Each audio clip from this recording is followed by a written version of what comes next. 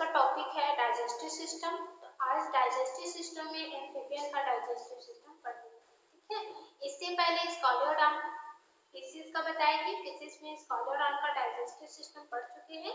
आज पढ़ेंगे amphibian, amphibian में फ्रॉग का डाइजेस्टिव सिस्टम, ठीक है। देख लेते हैं एम्फीबियन, एम्फीबियन क्लास है, ठीक है। इस क्लास के अंदर एम्फीबियन क्लास के अंतर्गत कौन आते हैं? फ्रॉग आते हैं। ऐसे एनिमल आते हैं इसके अंतर्गत जो जल और थल दोनों में रहते हैं, ठीक है। जल और थल दोनों में रह सकते हैं। ऐसे एनिमल को क्या कहते हैं? एम्फीबियन एनिमल या उभयचर कहा जाता है। तो उभयचर में कौन से उभयचर को पढ़ रहे हैं? यहाँ पर फ्रॉग को पढ़ रहे हैं, ठीक है। तो फ्रॉग का क्या पढ़ना है? फ्रॉग का यहाँ पर आपको पढ़नी है डाइजेस्टिव सिस्टम, उसके पाचन तंत्र के बारे में जानिए।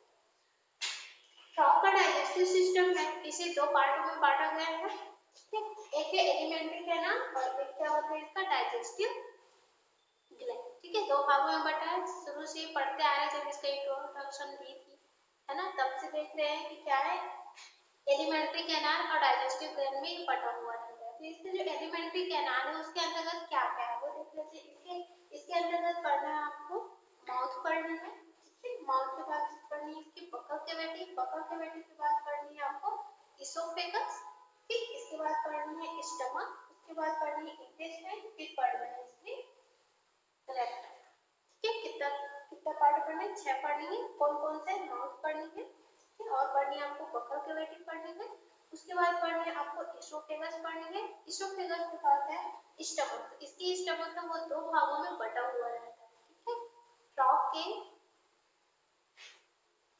फ्रॉग के डाइजेस्टिव सिस्टम में इनकी जो एलिमेंट्री कैनाल है, इसके एलिमेंट्री कैनाल में स्टमक है। ये जो स्टमक है वो दो भागों में बटा हुआ रहता है। कौन कौन से भाग में बटा हुआ रहता है? कार्डियक स्टमक और एक होता है पाइलोरिक स्टमक, ठीक है। कौन कौन से है? एक है कार्डियक स्टमक और एक होता है इसका पाइलोरिक स्टमक, ठीक है। दो स्टमक है, दो भाग में बटा हुआ है। स्टमक एक ही है, ठीक है, एक ही है, लेकिन कितने भागों में बटा हुआ है? दो भागों में बटा हुआ है। कौन कौन से है? एक है कार्डियक स्टमक और एक होता है पाइलोरिक स्टमक। आगे देखते हैं इंटेस्टाइन, ठीक है। इंटेस्टाइन पढ़ेंगे तो इससे इंटेस्टाइन में दो भागों में बटा हुआ रहता है, ठीक है। कितने भागों में बटा है? दो भागों में बटा हुआ रहता है। एक है स्मॉल इंटेस्टाइन और एक होता है लार्ज इंटेस्टाइन। एक क्या है उसका? स्मॉल इंटेस्टाइन है और एक क्या है उसका? लार्ज इंटेस्टाइन है। इनकी जो स्मॉल इंटेस्टाइन है वो भी दो भागों में बटा हुआ रहता है। एक है इलियम और एक होता है डिओडिनम, ठीक है। जब यहाँ पर डायग्राम बताऊंगी तब बता दूंगी क्या है डिओडिनम और क्या होता है इलियम। दो भागों में इसका स्मॉल इंटेस्टाइन है वो भी बटा हुआ है। आगे फिर पढ़ेंगे इंटेस्टाइन के बाद कौन सा पार्ट आता है? रेक्टम वाला भाग, जिसे क्लोएका भी कहा जाता है। आगे पढ़ेंगे इसका डाइजेस्टिव ग्लैंड। डाइजेस्टिव ग्लैंड में आपको पढ़नी है लीवर के बारे में और पेनक्रियास के बारे में, ठीक है। किसके बारे में पढ़ना है? लीवर के बारे में पढ़नी है और पढ़नी है आपको पेनक्रियास के बारे में।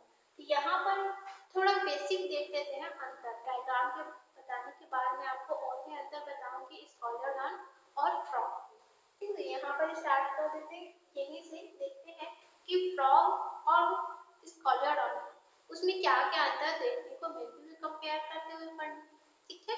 तो कंपेयर करते हुए देखो इसमें क्या है, इसोफेगस, यहाँ पर पेरिनेक्स नहीं है, ठीक है। क्या नहीं है? पेरिनेक्स, क्योंकि इसकी जो गर्दन है, ठीक है, मेढक की गर्दन है, गर्दन नहीं पाई जाती है, होती है बहुत छोटी सी होती है, उसके सिर, उसके बाद फिर उसकी बॉडी स्टार्ट हो जाती है, ठीक। इसलिए इसमें क्या पेरिनेक्स नहीं पाई जाती है ना। आगे इसमें देखिए स्टमक तो दो भागों में बटा ही रहता है। आगे इसके इंटेस्टाइन देखते हैं, तो उसमें देखे थे स्कॉलोडान में इसके जो इंटेस्टाइन होती है वो एक ही इंटेस्टाइन में पड़े थे उसमें, लेकिन इसमें क्या है इंटेस्टाइन है वो दो भागों में बटा हुआ है। कौन कौन से भाग में? स्मॉल इंटेस्टाइन और लार्ज इंटेस्टाइन, ठीक है। इसी तरह से इसमें देखिए ग्लैंड में, इसमें लीवर और पेनक्रियास पढ़ रहे थे, लेकिन इससे पहले पढ़े थे स्कॉलोडान में, उसमें रेक्टल ग्लैंड भी पढ़े, ठीक है। उसका तीसरा कौन कौन सा ग्लैंड पढ़े थे? रेक्टल ग्लैंड पढ़े थे, इसमें रेक्टल ग्लैंड है वो नहीं पाया जाता, ठीक है। अब आगे आप चाहो तो इसका स्क्रीनशॉट ले सकते हैं। आगे फिर स्टार्ट करेंगे इसका डायग्राम,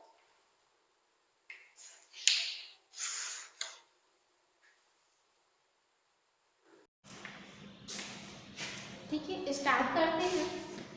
एम्फीबियन का माउथ एंड बकल कैविटी करते हैं, है ना। इंफीरियर फ्रॉग का, तो इसका जो माउथ होती है, ठीक है, ये इसका माउथ वाला पार्ट है और ऐसा बन रहता है, ठीक है। तो ये क्या है, उसका माउथ वाला पार्ट है, मुख है, ठीक। और बीच में खोल दिया तो क्या आ जाएगा, बकल कैविटी आ जाएगी। तो ये पूरा भाग क्या कहलाएंगे, उसकी बकल कैविटी। तो ये उसका मुख है जो इस तरह से खुला हुआ है, ठीक है, ऐसा खुला हुआ है। तो ये क्या, उसका मुख है और बकल कैविटी।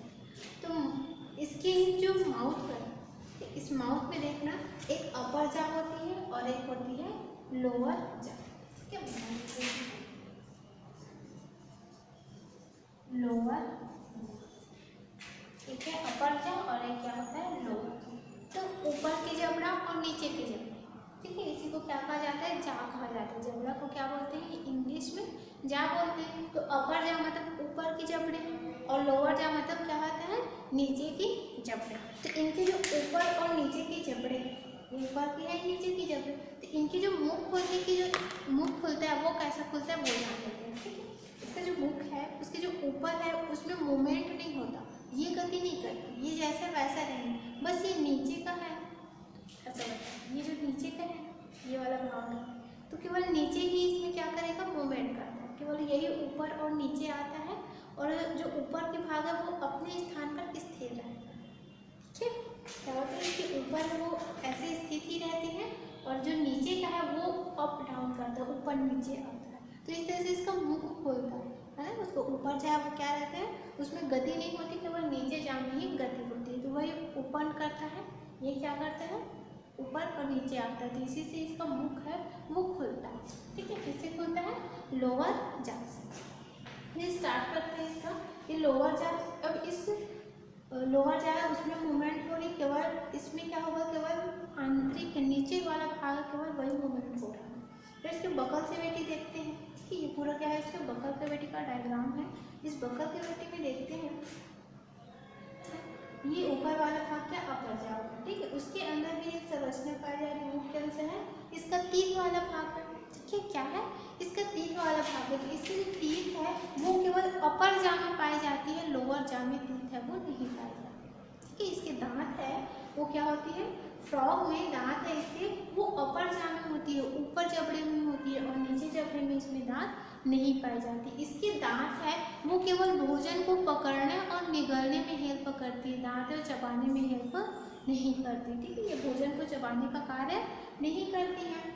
आगे इसमें आते हैं, तो इसमें यहाँ पर क्या है, वो में रिन टीथ पाई जाती है, ठीक है। यहाँ पर क्या है, एक अलग से एक जोड़ी, ठीक है, वन पेयर क्या पाई जा रही है इसमें, वो में रिन टीथ पाई जाती है। आगे इसमें आई बॉल, ठीक, ये क्या है, इसका आँख है वो बाहर की ओर है, क्योंकि ये तो खुला हुआ भाग है। तो आँख कहाँ होगा, यहाँ पास होगा। तो उस आँख के जो नीचे में उसका उभार है, ठीक है, आंतरिक उभार है, इसे क्या, आई बॉल का ये क्या है, आंतरिक उभार है। बहुत बड़ा आँख हो कितने, ठीक है, आँख है जिसका आंतरिक उभार है वो उसके बकल कैविटी में दिखाई देती है। आगे इसमें ये ओपनिंग ऑफ स्टेशियन, ठीक है, स्टेशियन है, ये क्या, ओपनिंग ऑफ स्टेशियन। यहाँ पर एक नीली तरह संरचना होती है, ये ईयर के, तो कान के मध्य भाग या उनमें जो हड्डियाँ पाई जाती हैं उनसे ही जुड़ी हुई रहती हैं, ठीक है। कान में भी हड्डियाँ पाई जाती हैं, उनसे क्या होती है, जुड़ी हुई रहती है। आपको जब मैं कान के बारे में बताऊँगी, ईयर के बारे में, उस समय बताऊँगी कि कान में कहाँ पर उसकी हड्डियाँ पाई जाती हैं।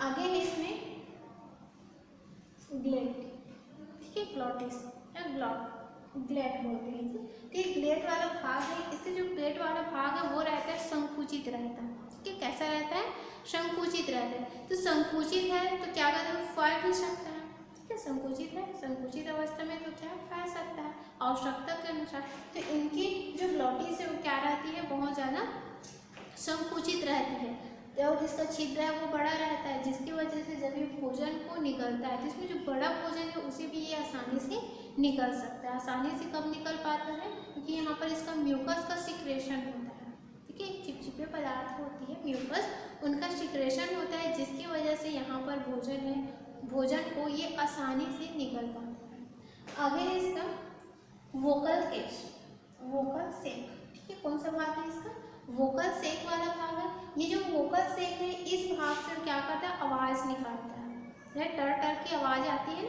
वो कहाँ से आती है, ये वोकल सेक ही वो टर टर का जो आवाज़ है वो कर पाती है। आगे इसमें एक जीभ पाई जाती है, ठीक है, जीभ टंग है।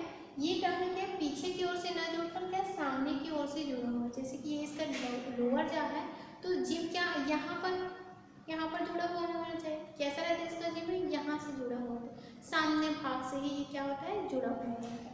तो ये है, ठीक है, सामने भाग से ही जुड़ा हुआ रहता है और इनकी जो जीभ है वो द्विशाखित होती है। ठीक, कैसे है ये, कैसे ये द्विशाखित है, दो भागों में बटा हुआ है। ठीक है, तो क्या आगे की ओर जाकर क्या हो गई, दो भागों में बढ़ गई, इसलिए इसे क्या कहा जा रहा है, द्विशाखित। इसकी जीभ है वो कैसे, द्विशाखित। अब ये भोजन को कैसे पकड़ता है, ठीक है, तो ये जीभ है ये क्या हो जाएगा, ये इस अवस्था में है। ठीक है, तो ये ऐसा है, नीचे से जुड़ा हुआ है, लोअर जाके नीचे वाले भाग से, फिर खुलता कैसे, इस तरह से खुलता है। ठीक है, नीचे आएगा और फिर यहाँ से भोजन को पकड़ेगा और पकड़कर फिर ऐसा अंदर लेकर जाता है। समझ पा रहे हो कि ऐसा है माउथ है। ठीक है, माउथ में ये टंग है वो इस तरह से जुड़ा हुआ रहता है।